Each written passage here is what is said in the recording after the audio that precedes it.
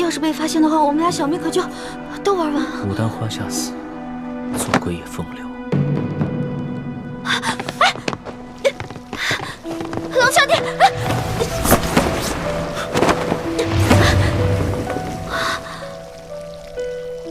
想不到这个钦差大人原来也是个色鬼，还好是一环妹妹身手好，要是换了我，就只能以死来保全清白了，真难为一环妹妹。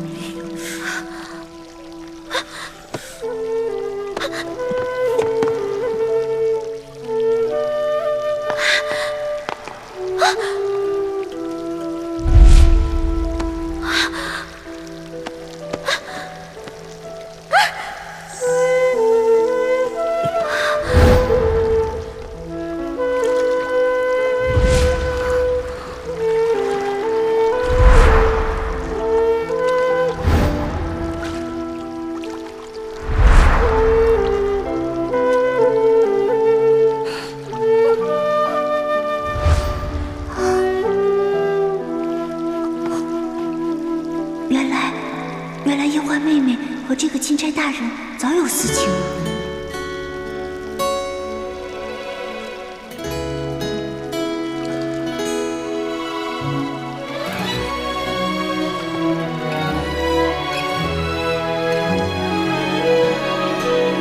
春秋两岸，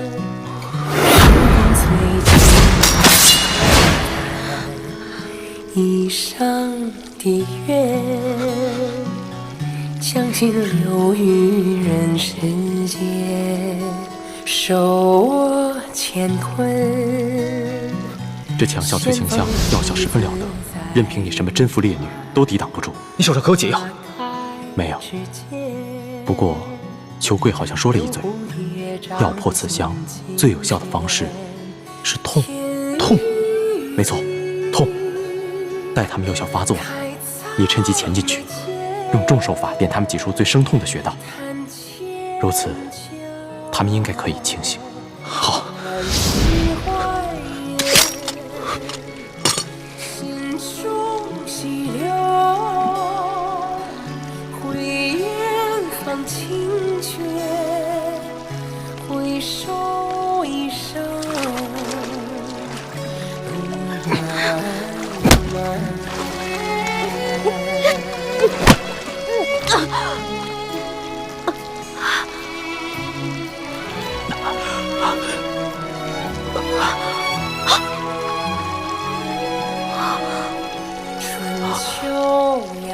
主子，易欢是许配过人家的，不可能跟着主子过一辈子，还望主子克制自己，千万不要一时冲动，做出有损易欢名节之事。将心留于人世间，守我乾坤。卑职听到阁中不断传来调笑之声，还有追逐嬉戏声，后来还有落入浴池的溪水声，还有女子呼痛的娇呼之声。看来龙大人兴致很高。开在眉间，弹千秋。其实我刚才也不知道怎么了。你别再说话了，我们觉得刚才什么都没有发生过。刘德昭在这香炉里放了催情香，你们刚才都中招了。催情香？难怪我刚才只觉得意识模糊，怎么也控制不住自己。我一时之间寻不到解药，只能用重手法点了你们几处痛穴，刺激你们清醒过来。还请主子恕罪。这次多亏了你及时赶到，不然易欢将来只怕会恨我一辈子。欢妹，你刚才也中了催情香，才会乱了神智，我不怪你。但是你要记住，你可是有夫之妇，千万不要做出玷污我们李家门楣之事，否则我永远不会原谅你的。你更不要害主子落下一个夺人之妻的恶名，有损他的威严。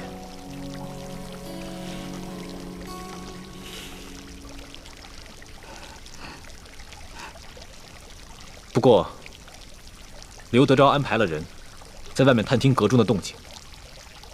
刚才你们那一番闹腾，反倒会让他们放心。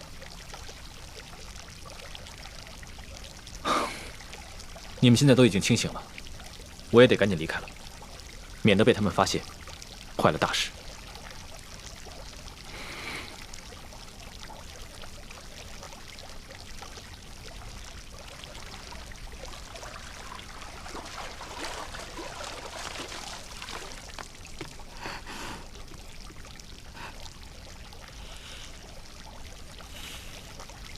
原来易欢妹妹和我一样，早已许配了人家，心中喜欢的却是另外一个人。我们倒是同病相怜了。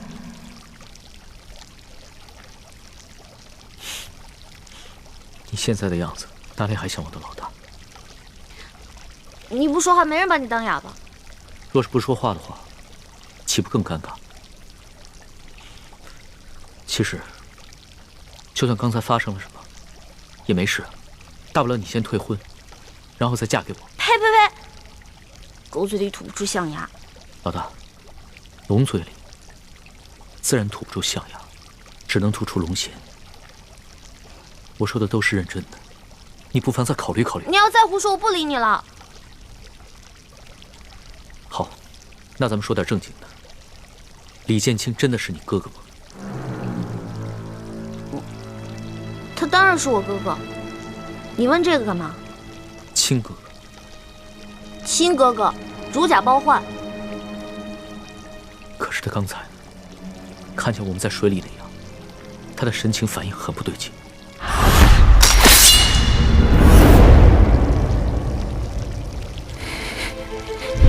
当时他很是气急败坏，似乎还曾想对我出手，连剑都拔出来。他是因为他以为这屋里还有刘德昭的人，他拔了剑是为了保护我们。可是他眼神中有一种恶狠狠的东西在看着我，像针尖一样锐利。虽只是一闪而过，可我的心却不寒而栗。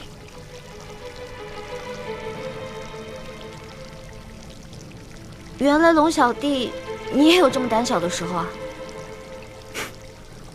可能吧。如果不是你说他是你的亲哥哥，我还以为他是你的未婚夫呢。你看你，越说越离谱了。他和我未婚夫从小一起长大，他肯定不愿意看到我在成亲之前出什么意外。你想想那些公主格格们，如果早已许配了人家，有别的男子打他们的主意，那你肯定也会不开心的。可能是我想多了吧。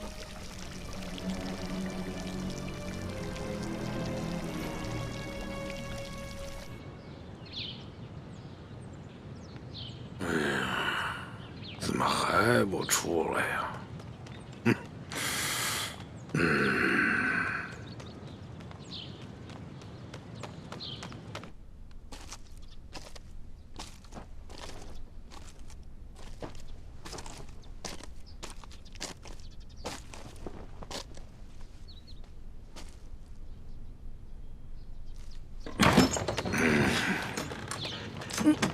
哎，哎呀，龙大人真是春风满面呀！啊，哎，对于下官送的礼物可还满意呀？挺好，有劳刘大人了。那就好。哎，龙大人，那就随本府到我书房，咱们把那个事情再重新的。不用在意了，就按照你说的安排吧。多谢龙大人。不过，这本钦差啊，毕竟是来视察官风的。眼下灾民闹事不断，又有这牛角寨的乱党在远处盯着，这本钦差啊，也不宜常来你府上见万姑娘，不是？是。所以啊，要不然你把这万姑娘安排到府外的一个地方住着，等本钦差回了京城以后，你再悄悄地把人送到京城，到时候我再纳她为妾，那不就免人口舌了吗？明白，本官明白。龙大人放心，我一定把此事给你办的是妥妥帖帖啊！此事简单，大人，我先在城东置办一所宅院，然后把万姑娘安置在那里。大人只要有空，就可以悄悄去会万姑娘。等到大人回京之后，我亲自护送万姑娘进京。如此一来，可保万无一失。刘大人，这裘老板做事极为妥帖呀！啊，我平时调教的好。主子，咱们先回书府吧。那先行告辞了。宋龙大人。哎，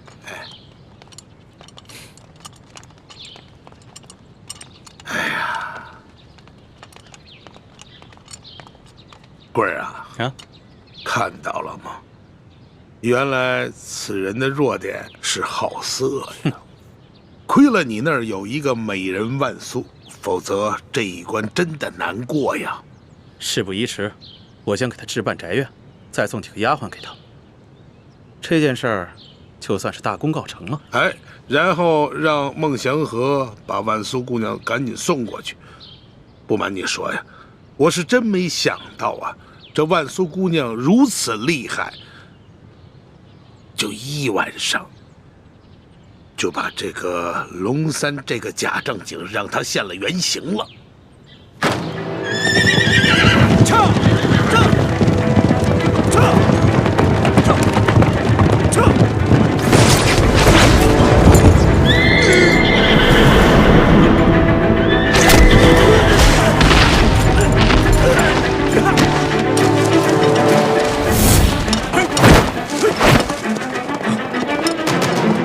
什么人胆敢光天化日之下拦路抢劫？识相的就把钱留下，啊，还有马，马也得留下。义父，他们多半是附近牛角山寨的山匪。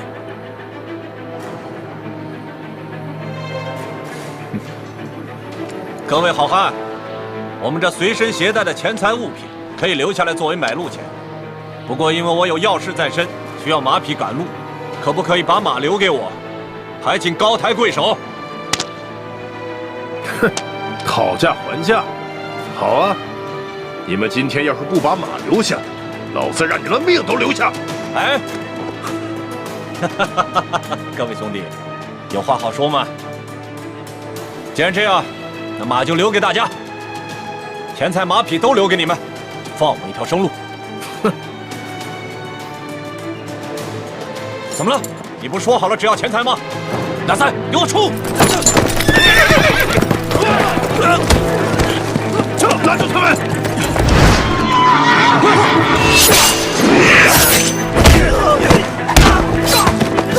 义父，你腿受伤了，没事，快走！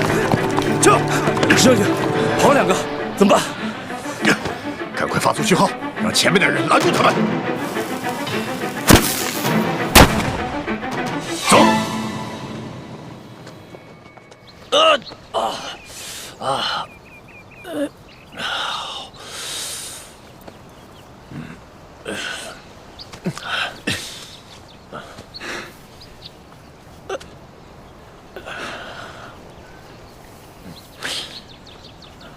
义父，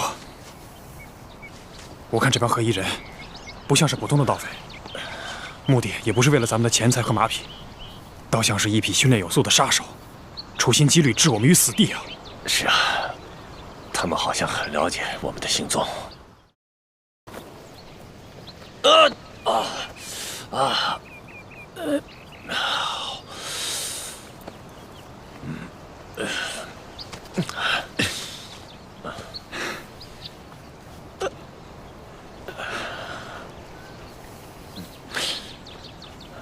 义父，我看这帮黑衣人不像是普通的盗匪，目的也不是为了咱们的钱财和马匹，倒像是一批训练有素的杀手，处心积虑置我们于死地啊！是啊，他们好像很了解我们的行踪，特意埋伏在我们通往玉八赞营地的必经之路。难道我们的行踪暴露了？不好！厉氏兄妹真有可能是图谋不轨的贼党。你是觉得这帮杀手是李建清和李易欢兄妹派来的？咱们此次调兵，可谓是十分隐秘。这些杀手是如何知晓的？这李公公在宫里30多年了。丽萍是舒总兵的女儿，其他侍卫都是我精挑细选的霸气子弟，他们个个来历清白，绝不会勾结杀手暗害我们。只有李氏兄妹，他们俩最可疑。义父，如果说李建清和李易欢兄妹是乱党，那他们的目的不仅仅是要置我们2个于死地，恐怕皇上有危险。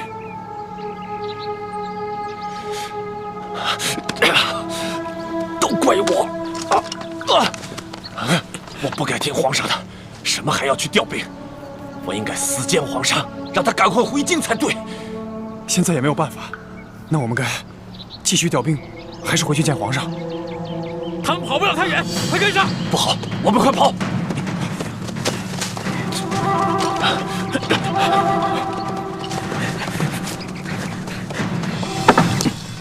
都10多天了，这索额图怎么还没回来啊？不会出什么事儿了吧？呸！乌鸦嘴！柱子别担心，我已经安排2个侍卫兄弟去打探消息了。也不知道这索额图什么时候能回来。叶欢，要不然你们把刘德昭送给我的那些金银财宝，想办法换点粮食来赈济那些灾民吧。龙小弟，我本来就这么想的，但是我不好意思说，没想到你也这么想，果然英雄所见略同啊。欢妹，你又不知轻重了，怎能跟主子并称英雄呢？哎，无妨，在我的心里啊，易欢一直是一个巾帼英雄，有眼光，有度量。主子，这件事情万万不可啊！如果拿刘德昭行贿的金银珠宝去买大批的粮食，就会引起刘德昭和裘贵的注意，他们一定会识破主子跟他们不是一条船上的人，说不定他们会铤而走险，向主子您下手，强龙难压地头蛇呀！李公公说的没错，刘德昭一定安排了诸多眼线盯着我们。眼下索大人情况不明，我们切不可轻举妄动。我们顶多在城的东南西北各设一处粥棚，但不可再大肆赈济灾民，万一有什么闪失，我等担待不起。你们说的对啊，是我考虑不周。一时的赈济只能缓解眼前的灾情，而不能一劳永逸。只有我顺利地回到了京城，才能肃清吏治，以后让全天下的老百姓免遭刘德昭这样的贪官荼毒。主子，您能这么想就对了。天大的事情，也没有主子您的安危重要啊。叶欢，咱们现在有银子了，你什么时候啊，把你跟丽嫔当的那些首饰给赎回来吧，要不然回了宫里啊，又要向我多讨点利息了。刘小弟，我发现你现在越来越会精打细算了啊。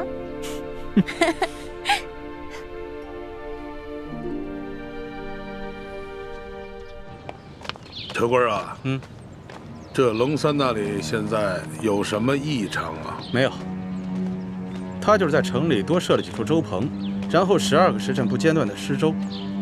哼，此人果然是一个卖直取中之辈啊！哼，还真会收买人心。哎，万苏那里他现在去得勤吗？哈，勤着呢，每晚都要去2个时辰。只不过他不在那里留宿，最多每天3更他就离开了，而且每次去的时候都是先穿着便装走后门。他跟万苏幽会的时候，除了那一个丫鬟，就是李护卫，其他的人也近不了身呢。看来此人是一个小心谨慎之人，难怪这年纪轻轻就可以爬到如此高的位置，还受到了皇上的宠信，做到了钦差。后生可畏啊！有什么后生可畏的呀？他现在是财色兼收消停，想想他当初拿枪做事的样子，我就恶心。哼，恶心？恶心什么呀？如果这个龙三他不好色的话，我们拿他还真没办法。哼。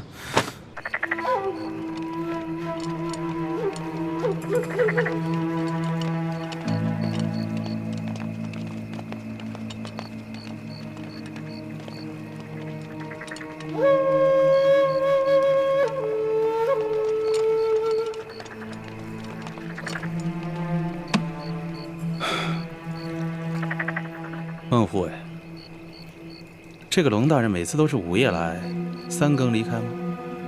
是的，舅老爷。大人这心里还是有些不踏实啊。他一天不离开太原，咱们就一天不能放松警惕。你还是要盯紧了。卑职明白，舅老爷放心，我一定盯紧他。辛苦你了。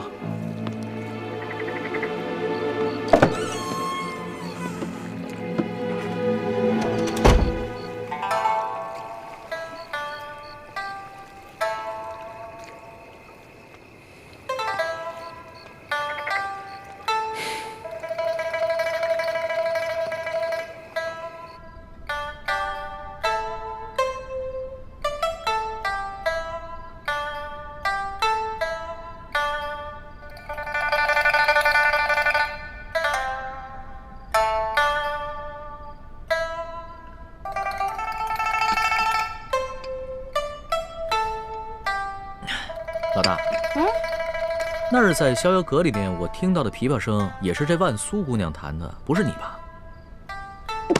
又被你给揭穿了。我就说嘛，就以老大你这性格，做什么事情都是半刻钟的热情，怎么可能弹出这么一手好琵琶嘛？我有一件事做得特别好啊，吹牛啊，所向披靡啊。说到吹牛啊，老大你前程第二，没人敢称第一啊。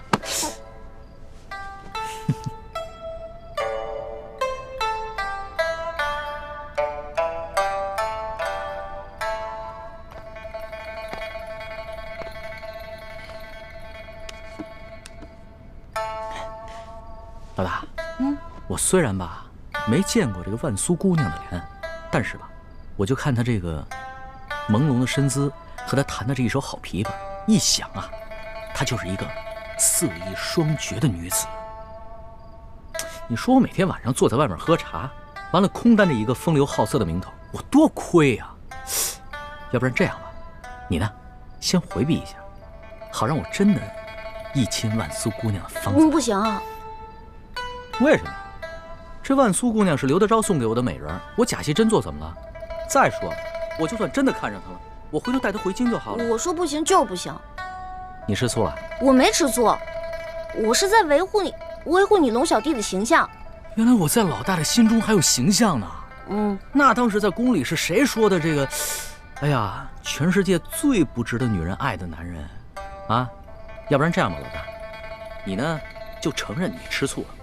那我吧，也就看在你心里难受的这个份上，我就做一个美色当前不动摇的柳下惠。要不然我这一连10个晚上都在这儿喝素茶，我受不了啊！哎，你给我站住！哎，站住！不行，老毛病又犯了。上次对我也是，差点假戏真做。我告诉你啊。万苏姑娘不一样，她心有所属的，而她心里喜欢的人是帮咱们的，所以你千万不能对她打主意。得了吧，上一次你也是这么骗我的，说什么非龙三不嫁，不能动心腹手下的女人，怎么又想故技重施啊？我才不会上你的当。我不会骗你的，真的。你知道咱们抢官印为何这么顺利吗？因为在刘德昭身边有咱们的内应，而这个内应就是万苏姑娘她的心上人。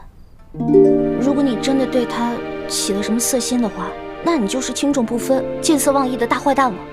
真的？真的，我骗你是小狗。好吧，那我就暂且放过他。老大，其实经过这些日子以来的见闻吧，我还哪有心思风流快活，只不过想逗逗你吧。不过呢，我倒不像是某些人，表面上一本正经地说一些冠冕堂皇的理由，其实就是吃醋。这个康熙真是色心不死，想找机会撩拨焕美。焕美，你可一定要守住，万万不能对咱们的死敌动心。懒得理你我。哎，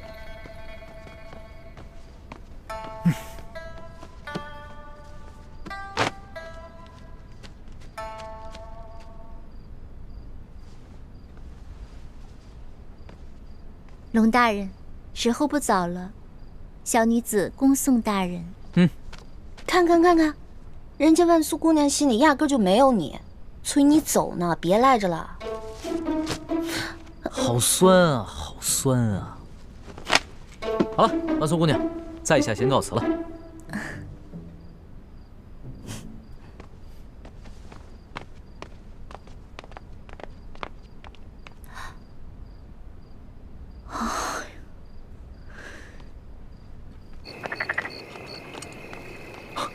孟兄，李兄，裘贵一直在对面的房间监视你们，刚刚才走的，现在可以放心回舒服了。多谢孟兄。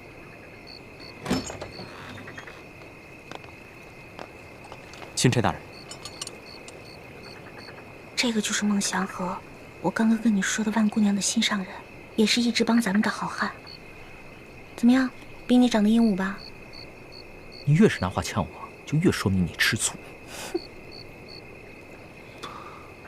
多谢孟护卫相助，大人客气了。这些年，卑职在刘大人身边，大小官员见过无数，真正一心为民的，只有你。卑职很是敬仰大人，能为大人尽绵薄之力，是卑职的荣幸。那孟护卫多保重，后会有期。后会有期。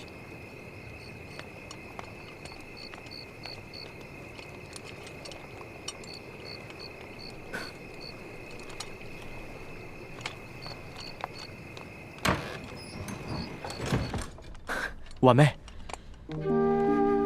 孟哥哥，婉妹，孟哥哥，你总算来看我了。我无时无刻不在想你，只是找不到合适的机会。这下好了，我与刘大人的10年之约明日期满，我们可以远走高飞了。真的，太好了。婉妹，你且收拾好东西，明日我来接你。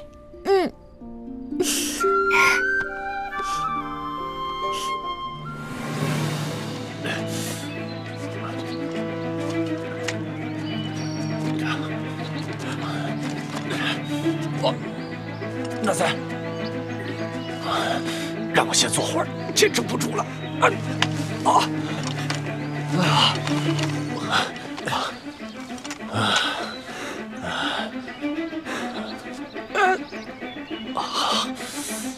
大三，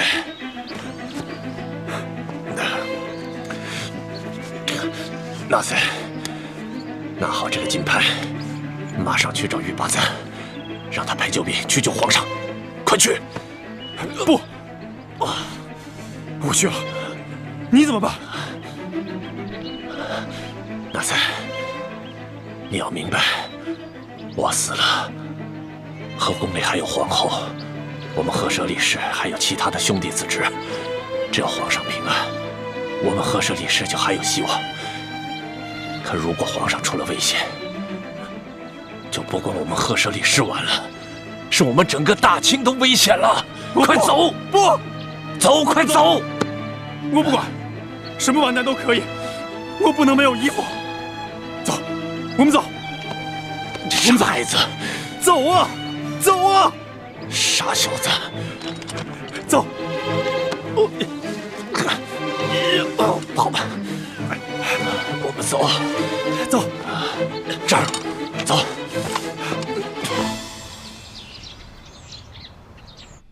一会儿人来之后不说了。大人。祥和呀，你这伤势如何啊？已经好多了，多谢大人关心。祥和啊，我让你查的咱们这边的奸细，你查的如何了？还在调查之中，目前尚无进展。大人，卑职还有要事想跟大人商议。讲。家父先逝之时，曾让卑职保护大人，卑职立下10年之约，守护大人10年。今日刚好是约满之日，在下想辞去一切职务，隐归山林。祥和呀，你已经想好了，决定了，不愿意再继续追随我了？卑职生性散淡，不宜久居官场，望大人能成全。也好。你既然已经决定了，我也就不强求了。人各有志嘛。不过啊，既然这样，你呢，再帮本官完成最后一项任务，然后你再走，你看怎么样？卑职定当尽力。大人有何吩咐？你今夜一定要潜入书府，帮我把丽嫔给解决了。啊，大人，你是让卑职暗杀丽嫔娘娘？不错，现在我们暂时把这个钦差龙三给稳住了。可这丽嫔娘娘身怀着龙胎，如若回宫之后产下皇子，到那个时候可就是后患无穷了。所以我们必须尽快给她铲除了。大人如何得知丽嫔娘娘怀有龙胎？孟护卫，这事儿啊，不瞒你了。其实我早就已经收买了书府的管家，他告诉我，丽嫔娘娘的奶娘近几日很是欢喜啊，每天都给丽嫔娘娘煲各种汤水。结果，就在前些天晚上，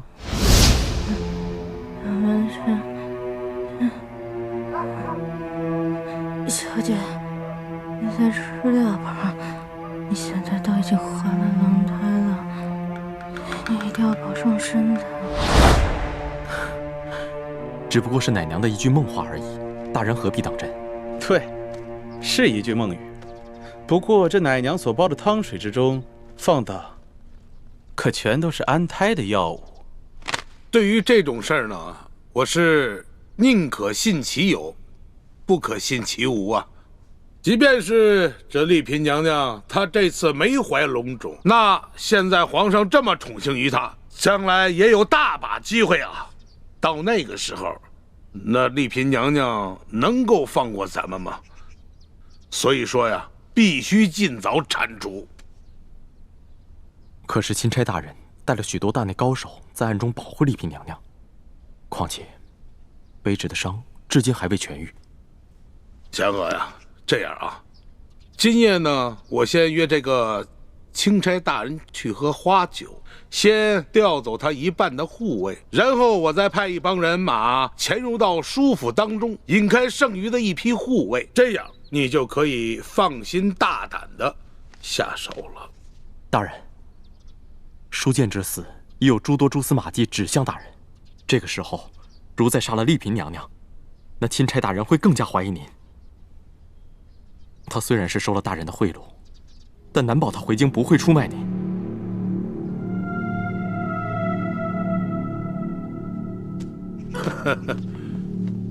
哎呀，这祥和说的也不是没有道理啊！啊，容本官好好的想一想。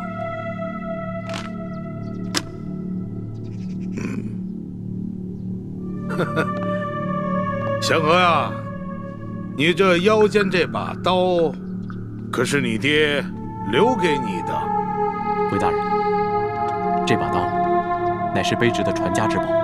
我记得这刀柄之上有你爹亲手刻的一行字，可否让本官一看呢？是，大人。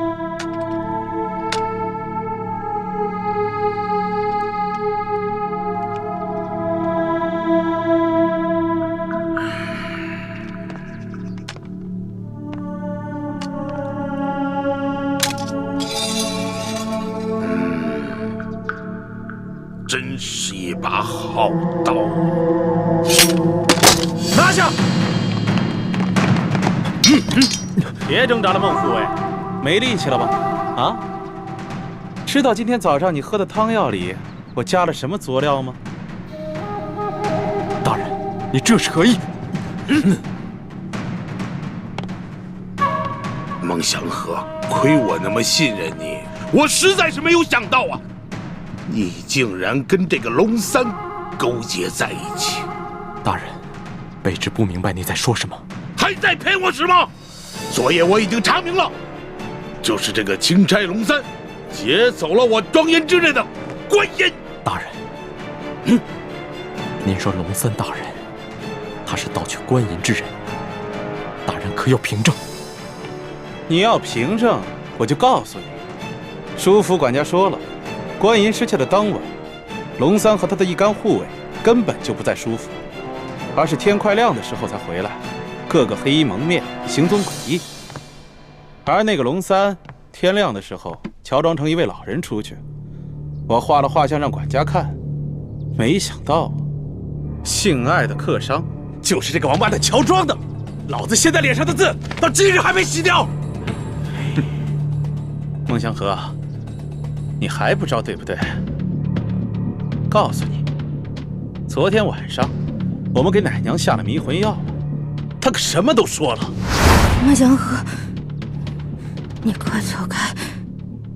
小姐现在已经是皇上的嫔妃了，而且还怀了龙胎。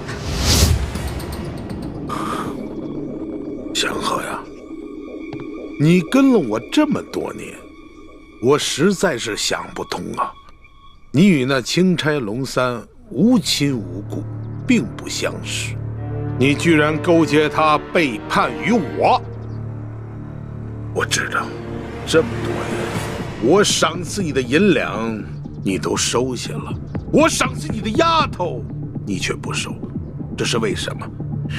你心中早已有了人了，但是我万万没有想到啊，你心中的那个女人居然是舒剑的女儿舒婉金。你和丽嫔早有私情。没错，我心中的人就是舒婉欣。大人，你有恩于我不假，孟某在你身边护卫10年。平日你待孟某不薄，孟某从没想过要出卖大人，卑职是不愿看着大人一步一步陷得更深。大人，你也听卑职一句劝，切勿再行伤天害理之事，回头是岸吧，大人。什么？这里有案吗？这有案没有啊？啊！我早就知道，钦差大人龙三收我的金银财宝跟美人，只不过就是为了麻痹本官。龙三进京之时，那就是我刘德昭赴死之日。我们还有什么办法？能有什么退路啊？大不了就拼死一搏。待他死后，我就将这个责任推给那些牛角寨上盘踞的山匪。大人，你可曾想过，牛角寨位于山西境内，就算皇上信了，钦差大人和丽嫔娘娘死于牛角寨之手，可你身为山西巡抚，你逃得了失职之罪吗？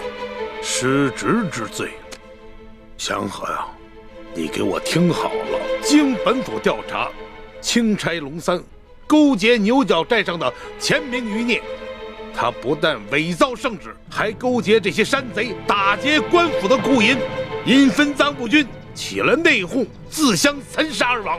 本府率兵剿灭了牛角寨，如此一来，你觉得皇上还能追究我失职之罪吗？在钦差龙三伪造圣旨在先，早已犯下了杀等之罪。大人，先把罪名嫁祸牛角寨，现在你又说钦差大人伪造密旨，我让你明白你是怎么死的。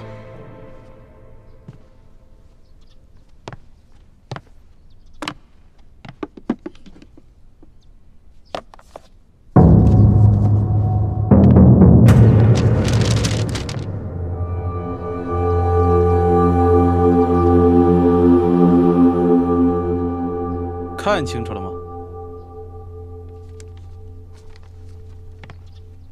自从知道龙三敢劫取官银，我便觉得此事蹊跷，便吩咐管家暗中留意。没想到，还真让他逮着了机会。溜进了龙三的房间，便发现了这些东西。结果我们仔细一看，看出了破绽，这玉玺还有密旨，是假的呀！不可能，钦差大人手中还有一道密旨，奉旨调查书剑遇刺一案。那封密旨，卑职仔细看过，绝不可能造假。兴许他是奉旨查书剑之死，可是他竟然胆大包天的想要插手山西政务，情急之下才伪造了圣旨还有玉玺，这叫什么呀？天堂有路他不走，地狱无门他闯进来。求贵，龙大人在儿等脸上刻字，是希望你们能够警醒反思，悔罪改过。你们居然执迷不悟！你放屁！他龙三算个什么东西啊？在我眼里，他只是一个虚伪狡诈、蝇营狗苟之辈。你也在官场混了10几年了吧？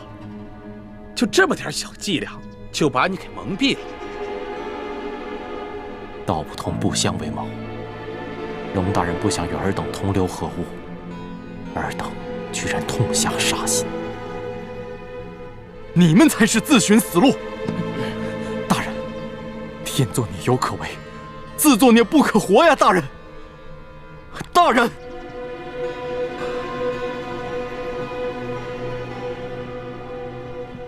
也罢，我曾答应我父，守卫你10年。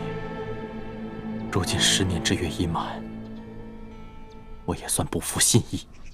刘德昭，我既已落你手里，这条命就任你处置。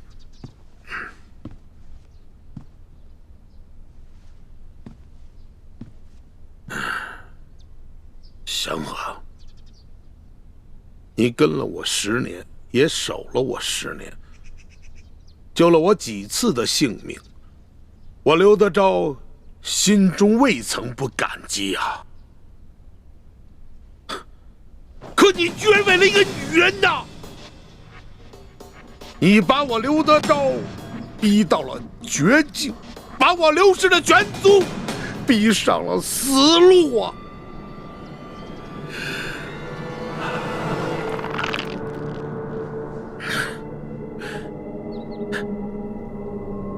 祥和呀，别怪刘德昭，别怪我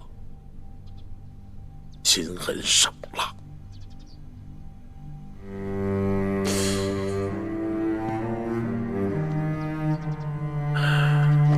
带下去。坐。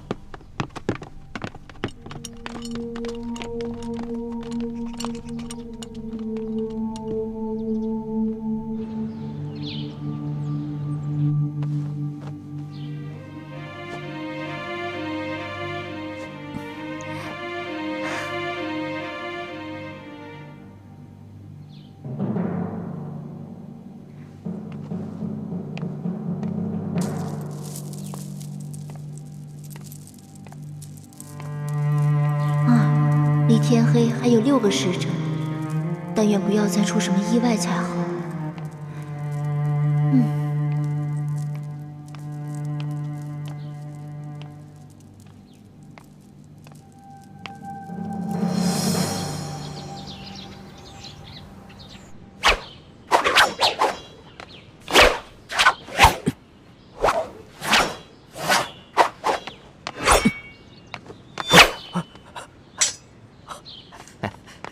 主子，所图怎么样了？苏大人出事了。我们在一处悬崖下找到了随行侍卫，他受了重伤，已经奄奄一息。他说他们在半路上接连遇到2伙身份不明的人袭击，他们3个侍卫掩护索大人和纳赛成功脱身了，但他们自己受伤之后被扔下了悬崖。那所图现在受了重伤，下落不明，不知是否已经安全抵达玉巴赞的军营。所以我打算另派2个随行的兄弟快马加鞭赶去玉巴赞的军营，但是他们没有主子的金牌作为信物，不知玉巴赞愿不愿意相信，肯不肯出兵？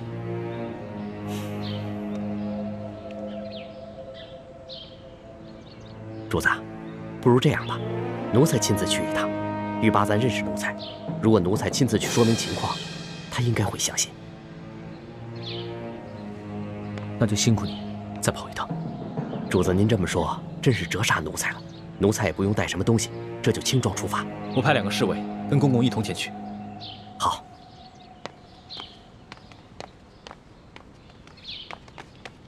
不好了，龙小弟！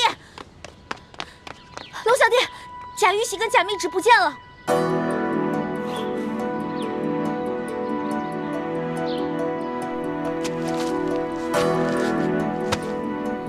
我昨天检查还在呢，这怎么现在贾玉玺跟贾密旨都不见了呢？看来这书府当中一定有人被收买了。这贾玉玺和贾密旨已经落入刘德昭手中。不可能啊！这府上可都是舒府的老人，没理由被舒府的死对头收买了呀。树倒猢狲散，一定是有人见舒大人已经死了，这府中没有了主心骨，所以起了异心。如果府里真有内奸的话，我们的事情是不是有可能都暴露了？不是有可能，而是一定暴露。刘德昭一定会借着贾玉玺和贾密旨大做文章，甚至对主子痛下杀手。龙小弟，现在怎么办啊？36计走为上策，要不然脚底抹油溜吧。如今索额图也下落不明，也只能马上撤出太原了。只恐怕想走已经来不及了。放心吧，有我跟哥哥保护你，一定会没事的。有人来了。龙大人，巡抚大人派人前来，请龙大人过府商议赈灾事宜。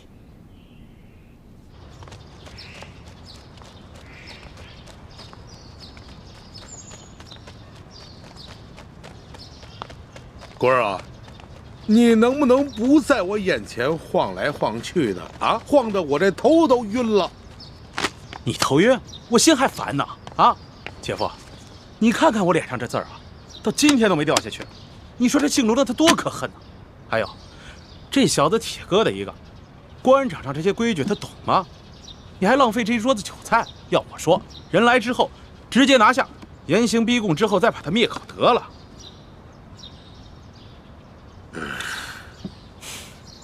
先不慌，再等等。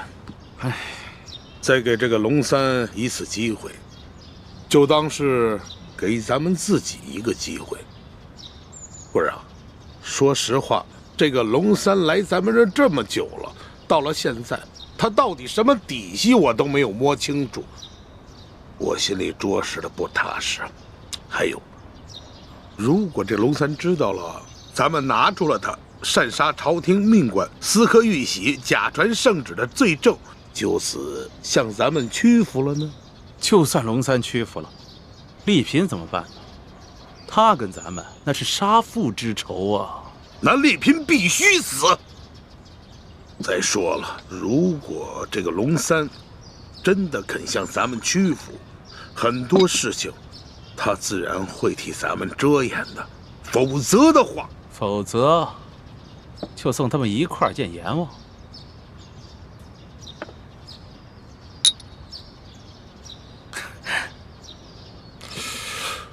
唉，什么时候来呀？他这是。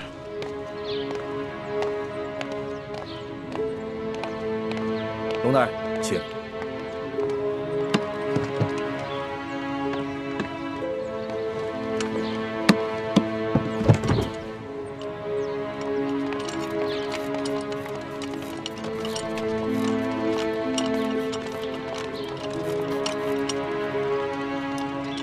丽嫔还在府上吗？啊，还在。刚才他还吩咐奶娘，要众人都到大厅，随他一起为老爷的亡灵念经祈福。交代的事情都办妥了没有？放心吧，我已将药下在厨房的菜汤里，过会儿就会发作。好，我先到大厅念经，你们等我信号。好，事成之后，我家大人必有重喜。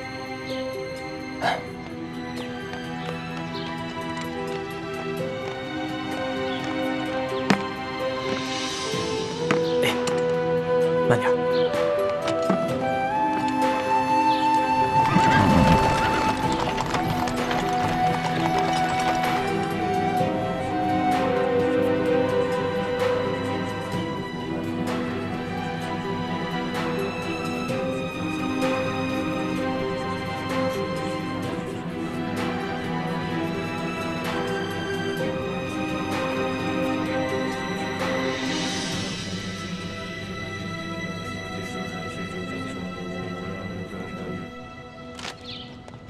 哎呀，龙大人，龙大人，有失远迎啊！龙大人，龙大人，来，请。哎呀，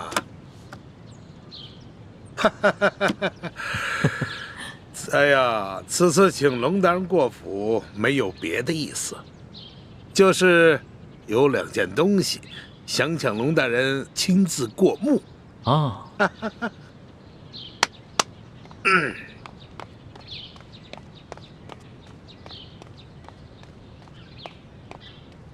龙大人，这2样东西您见过吧？刘大人，哎，这些东西你是怎么得来的？龙大人，现在东西怎么得来的并不重要，重要的是我要提醒龙大人，恐怕龙大人你现在已经犯下了灭族杀头的重罪吧？刘大人想怎么样？好啊，龙大人，那我们就不妨打开天窗说亮话。我知道龙大人，您手上也抓住了我不少的把柄。好啊，想怎么样，那就要看龙大人，你是想大家手拉着手一起死呢，还是抱成团一起活呀？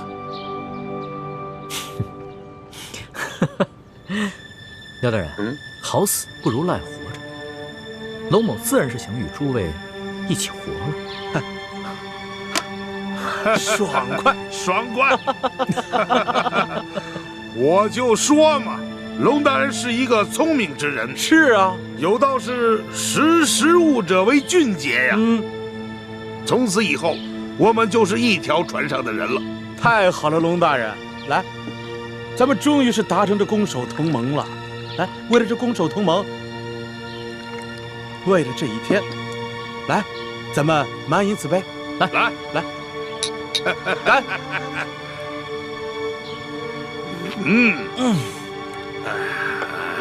美酒啊！龙大人，既然咱们都是一家人了，那有件事儿，我得求您帮个忙。何事？您瞧我脸上这个字儿啊，您高抬贵手，把您的墨宝给我去了吧。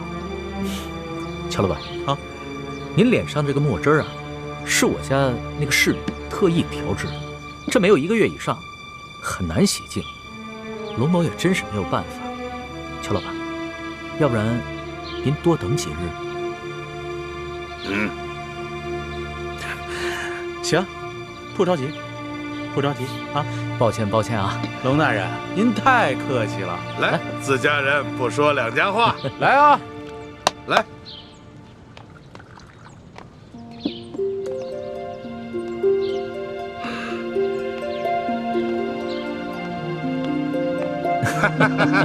来，龙大人，